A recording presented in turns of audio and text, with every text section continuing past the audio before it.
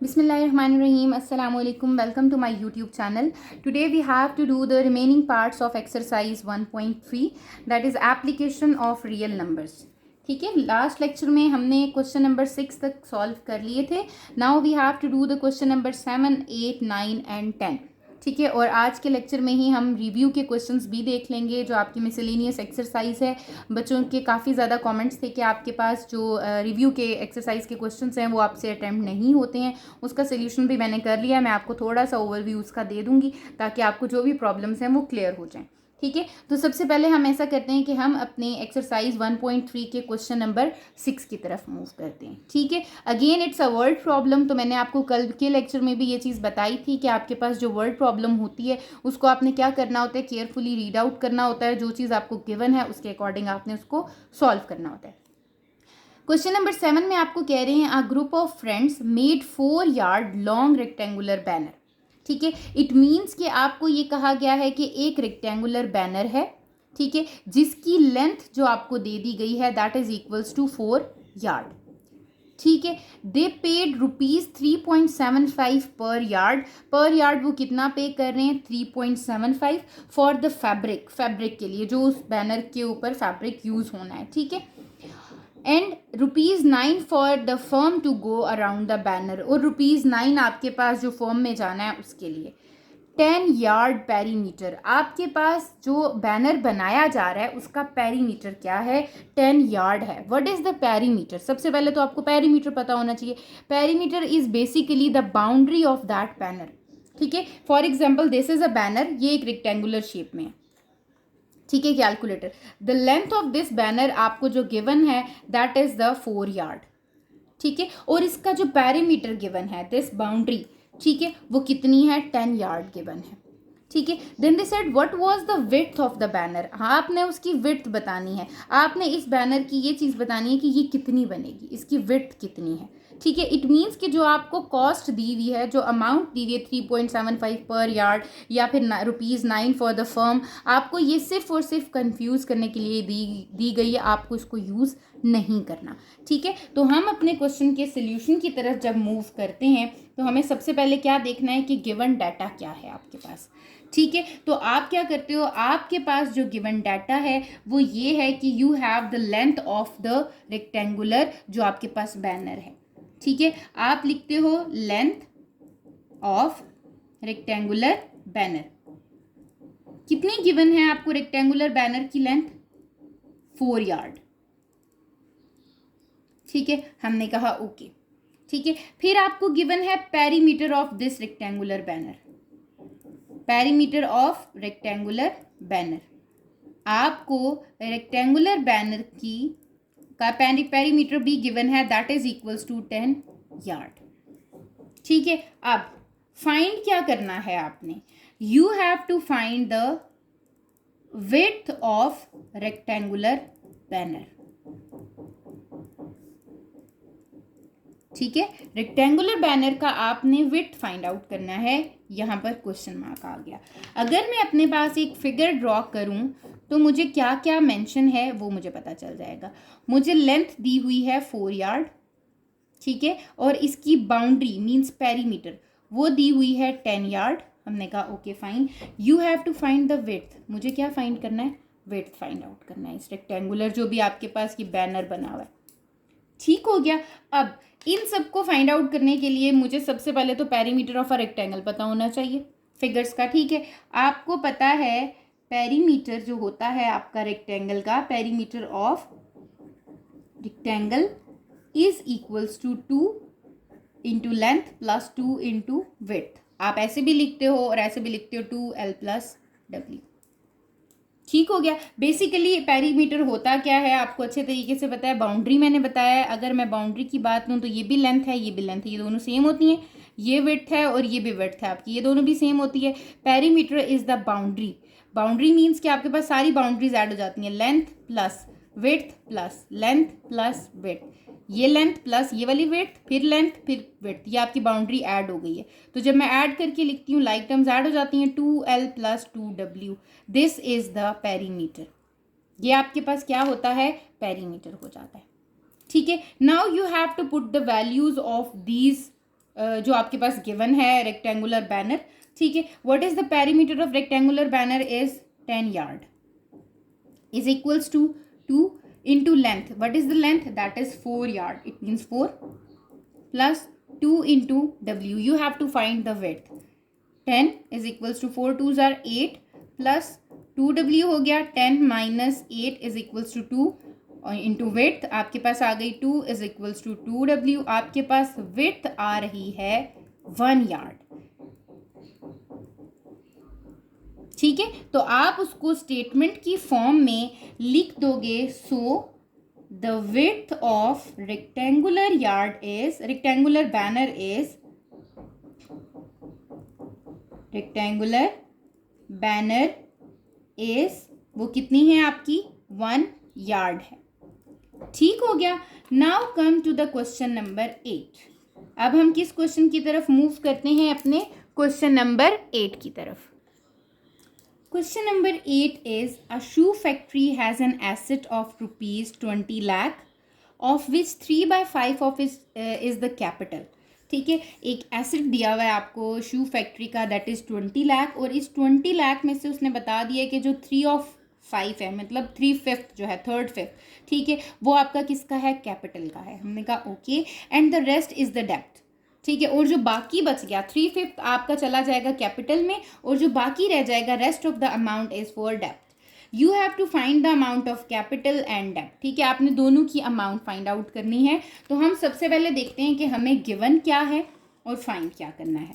ठीक है, सबसे पहले तो आपको ये पता है कि आपको एसेट पता है, ऐसा ही है. टोटल एसेट आपके पास कितना है? रुपीज 20 लाख. ठीक हो गया. हमने कहा ओके, ये हमारे पास एसेट है. ठीक है, हमें 20 लाख एसेट दिया हुआ है. अब आपके पास यहाँ पर कैपिटल का कितना पोर्शन दिया हुआ है, कितनी अमाउंट दी हुई है आपके पास. ठीक है, कैपिटल जो आपको दिया हुआ है वो उसने कहा है 3/5, 3/5 ऑफ एसेट आपके पास टोटल एसेट में से.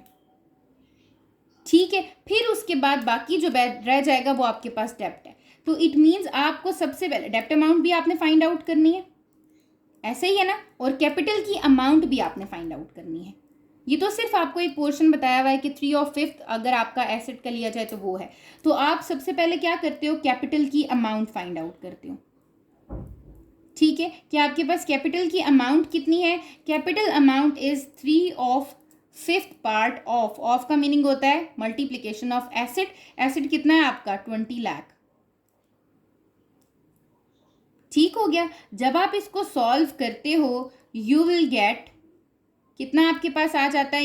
ये आ जाता है 1,12 लाख. ठीक हो गया. इसको करके देख लेते हैं. 3 इज मल्टीप्लाइंग विद 4 लाख आ जाएगा आपके पास. 3 is multiplying with 4 lakh, you will get 12 lakh. ठीक हो गया. ये आपके पास आ गया rupees 12 lakh is the capital amount. हमने कहा okay fine. Now you have to find the डेप्ट अमाउंट. आपको ये कहा गया था कि rest of the amount means capital को माइनस कर दिया जाए अगर आपके टोटल एसेट से, तो आपके पास डेप्ट अमाउंट आ जाएगी. तो टोटल एसेट माइनस आपके पास क्या आ जाएगी? Capital amount. ठीक है, टोटल एसेट आपका कितना है? 20 लाख था, माइनस आपके पास 12 लाख को आप क्या कर दोगे? उसमें से माइनस कर दोगे. ठीक है, तो जब आप अपने 20 लाख में से 12 लाख को माइनस कर दोगे तो you will get the amount that is basically 8 lakh. ठीक है, फिर आप अपनी स्टेटमेंट दे सकते हो. यहाँ पर आप क्या स्टेटमेंट दे दोगे अपनी? आप यहाँ पर स्टेटमेंट दोगे द कैपिटल अमाउंट इज, आपकी जो कैपिटल अमाउंट बनी है वो कितनी है? The capital amount is rupees 12 lakh. ठीक हो गया. एंड डेप्ट अमाउंट इज, जो आपकी डेप्ट अमाउंट है वो आपकी कितनी है? 8 लाख.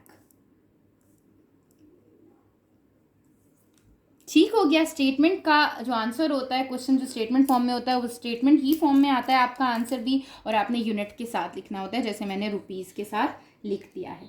ठीक है, अब हम अपने क्वेश्चन नंबर 9 की तरफ चलते हैं.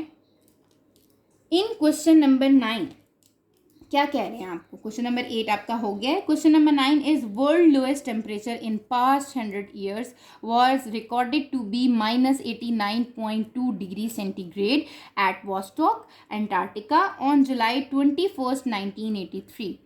Convert this temperature into Fahrenheit and kelvin scale. अब आपको एक टेम्परेचर दे दिया गया है, ठीक है. जो आपके पास गिवन टेम्परेचर है वो किस में गिवन है? सेंटीग्रेड में गिवन है, ठीक है. और कितना टेम्परेचर आपके पास गिवन है? जो आपके पास टेम्परेचर गिवन है वो सेंटीग्रेड में है, दैट इज -89.2 डिग्री सेंटीग्रेड, ठीक है. आपने इस टेम्परेचर को कन्वर्ट करना है फ़ारेनहाइट में एंड केल्विन में, ठीक है. तो जब आप इसको फ़ारेनहाइट में कन्वर्ट करते हो you have to use the formula. आपके पास कुछ फॉर्मूलाज हैं जो यूज़ होते हैं, ठीक है. फ़ारेनहाइट में कन्वर्ट करने के लिए आपके पास फॉर्मूला है 9/5C + 32. ये बुक में तो आपको गिवन है बट आपको पेपर्स में गिवन नहीं होगा, you have to remember that, ठीक है. एंड केल्विन का आपके पास फॉर्मूला होता है डिग्री सेंटीग्रेड + 273, ठीक है. अच्छा, अब मैं क्या करती हूँ, मुझे सबसे पहले इसे फ़ारेनहाइट में कन्वर्ट करना है. फ़ारेनहाइट में कन्वर्ट करने के लिए first of all you have to put the value. Centigrade की टेम्परेचर की वैल्यू गिवन है, दैट इज -89.2 डिग्री सेंटीग्रेड, ठीक है. तो F is equals to 9/5 is multiplying with -89.2 + 32. तो आप इसको क्या करेंगे, सबसे पहले आपने -89.2 को मल्टीप्लाई कर देना है 9 से. You will get 802.8 divided by 5. We will get -160.56 + 32, ठीक है. तो आपके पास यहाँ पर जो आ रहा है वो कितना आंसर आ गया आपका? आपने जब किया तो -128.56 फ़ारेनहाइट, ठीक है. ये आपका टेम्परेचर है जो कि किस में आ रहा है? आपका फ़ारेनहाइट में आ रहा है, ठीक है. Now you have to convert this centigrade into kelvin. आपने केल्विन लिखा, सेंटीग्रेड कितना था? -89.2 + 273. जब आपने इसको माइनस किया, -89.2 + 273, you will get the answer that is 183.8 kelvin. ये आपका टेम्परेचर आ गया है इन केल्विन, ठीक है. तो जब आप इसका आंसर लिखोगे तो आप ये चीज़ लिखोगे, द टेम्परेचर, कौन सा टेम्परेचर था आपका? -89.2 degree centigrade is equal to, किसके इक्वल है आपके पास? -128.56 फ़ारेनहाइट एंड 183.8 केल्विन, ठीक है. आपका टेम्परेचर जो मैंने फ़ारेनहाइट और केल्विन में कन्वर्ट कर दिया है वो -89.2 डिग्री सेंटीग्रेड, -128.56 फ़ारेनहाइट और 183.8 केल्विन में कन्वर्ट हो गया है, ठीक है. अब हम अपने क्वेश्चन नंबर 10 जो कि हमारी इस एक्सरसाइज का लास्ट क्वेश्चन है उसकी तरफ मूव करते हैं. क्या कह रहे हैं? A company was penalized by the government act for low quality production if the company has 3 share holders. 3 share holders हैं, Farah, Mariam and Tahreem, investing in the ratios 1:2:3 and the amount of penalty is rupees. अब आपके पास ये कुछ amount दी हुई है, 4,56,868.97 rupees है, ठीक है. Find the amount of penalty paid by each of 3 share holders. मुझे इन तीनों शेयर होल्डर्स की पेनल्टी अमाउंट बतानी है. रेशो मुझे गिवन है, टोटल पेनल्टी अमाउंट मुझे गिवन है. That is the easiest one question, ठीक है. आपने सबसे पहले क्या करना है, आपको जो गिवन है आपने वो लिखना है, ठीक है. गिवन क्या है आपको? टोटल पेनल्टी अमाउंट, ठीक है. टोटल पेनल्टी अमाउंट आपकी कितनी गिवन है? ₹4,56,868.97 गिवन है, ठीक हो गया. अच्छा, गिवन रेशो कितनी है? तीनों की रेशो है 1:2:3. तो जिस सीक्वेंस में आपको नेम दिए हुए उसी के अकॉर्डिंग रेशो है. 1 रेशो किसकी है? आपकी फरा की, ठीक है. रेशो से 2 रेशो आपकी किसकी है? मरियम की, ठीक है. Ratio 3rd is of Tahreem. ठीक है, ये बात आपने याद रखनी है। सम ऑफ रेशो आप फाइंड आउट कर लेते हैं जब भी किसी का शेयर आपने निकालना होता है। ऐसे ही है ना, टोटल में से ही शेयर निकालूंगी तो सम ऑफ रेशो आपका क्या बन जाएगा, 1 + 2 + 3 दैट इज इक्वल्स टू 6। अब मुझे क्या करना है, मुझे सबसे पहले फरा की पेनल्टी अमाउंट फाइंड आउट करनी है कि फरा का शेयर होल्डर कितना है। ठीक है, उसको फरा को कितनी पेनल्टी पड़ी है।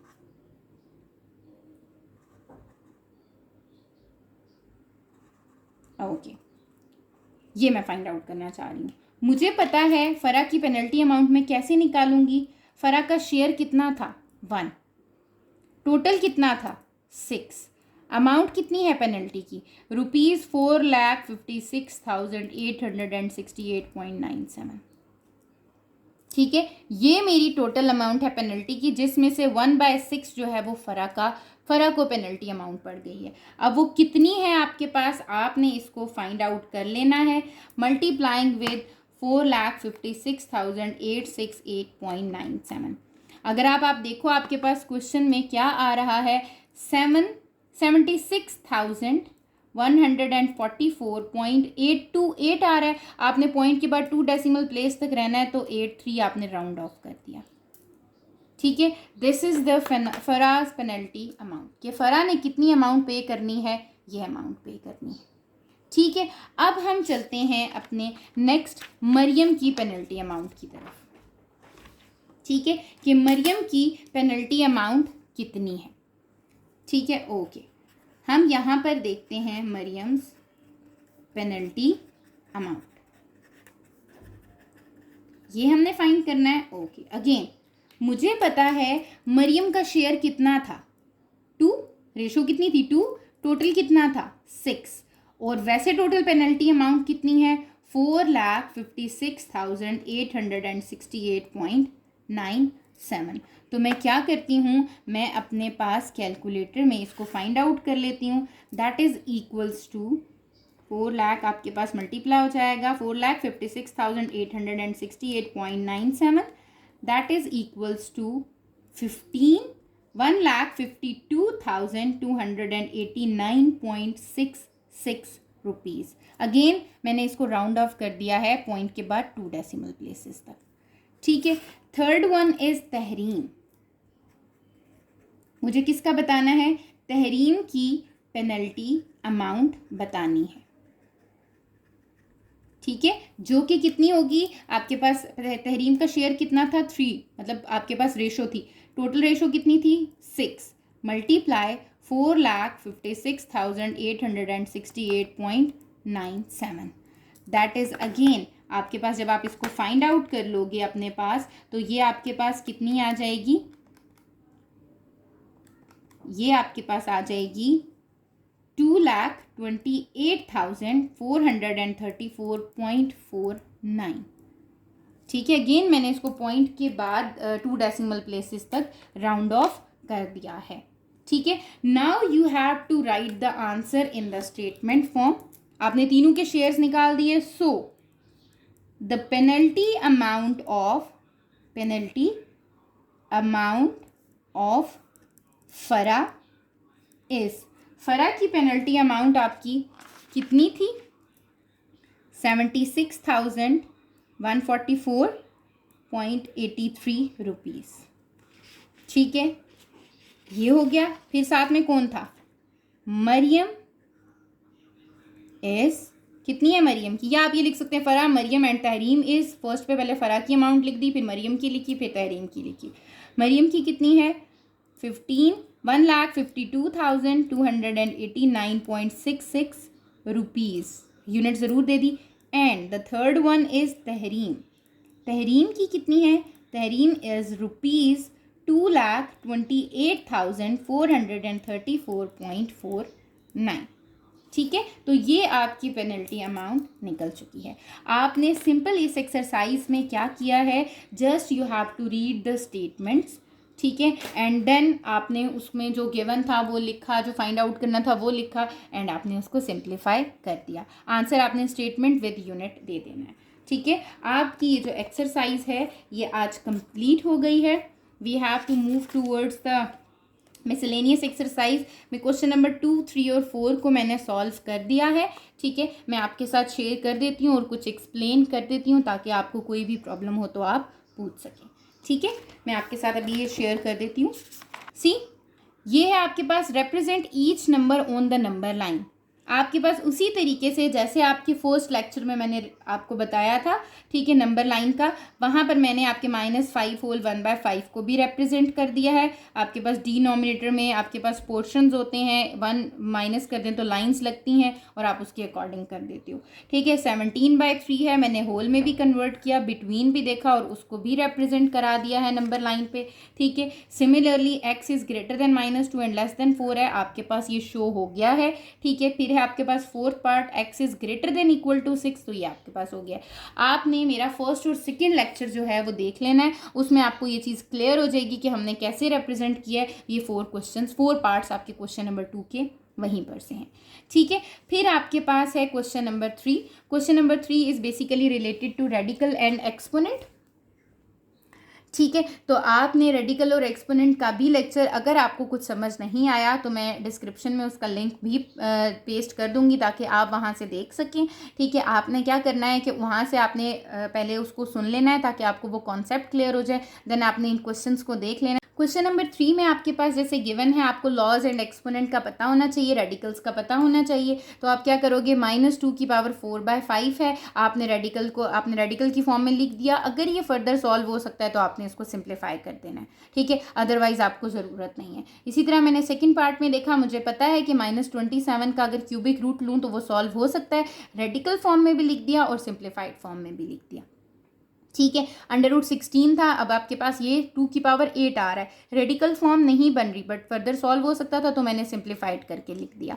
ठीक है, इसी तरह आपके पास इसका फोर्थ पार्ट है जिसमें अगेन मेरे पास ये रेडिकल फॉर्म में नहीं बन रहा था, -8³ आ रही है। अब इसका रेडिकल तो नहीं बन सकता, स्क्वायर रूट तो या क्यूब रूट नहीं आ सकता, आपके पास कोई भी nth रूट नहीं आ सकता, तो मैंने इसको सिंप्लीफाई करके लिख दिया कि ये मेरा आंसर सिंप्लीफाइड फॉर्म में ऐसे आ गया है।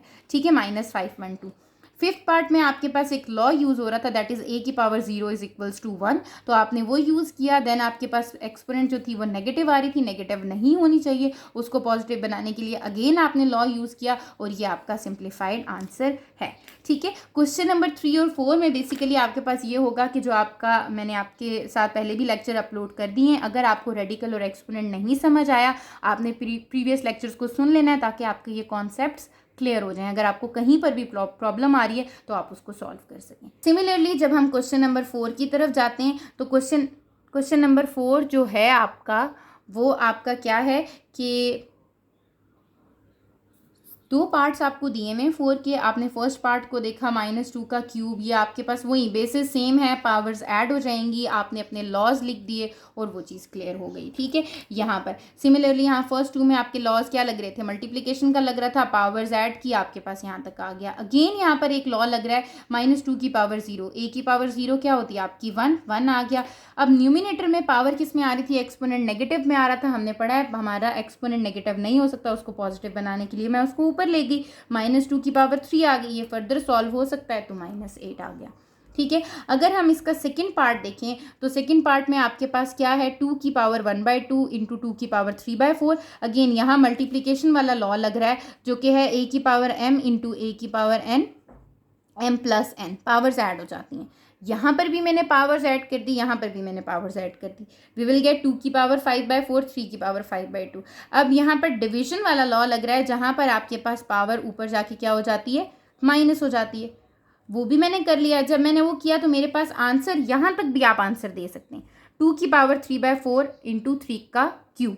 ठीक है, मैंने उसको फर्दर सॉल्व करने के लिए 3 का क्यूब सॉल्व हो सकता था 27 और 2⁵³ को मैं रेडिकल फॉर्म में लिख सकती थी। तो ये मेरा जो आंसर है वो क्या आ रहा है, सिंप्लीफाइड आंसर आ रहा है।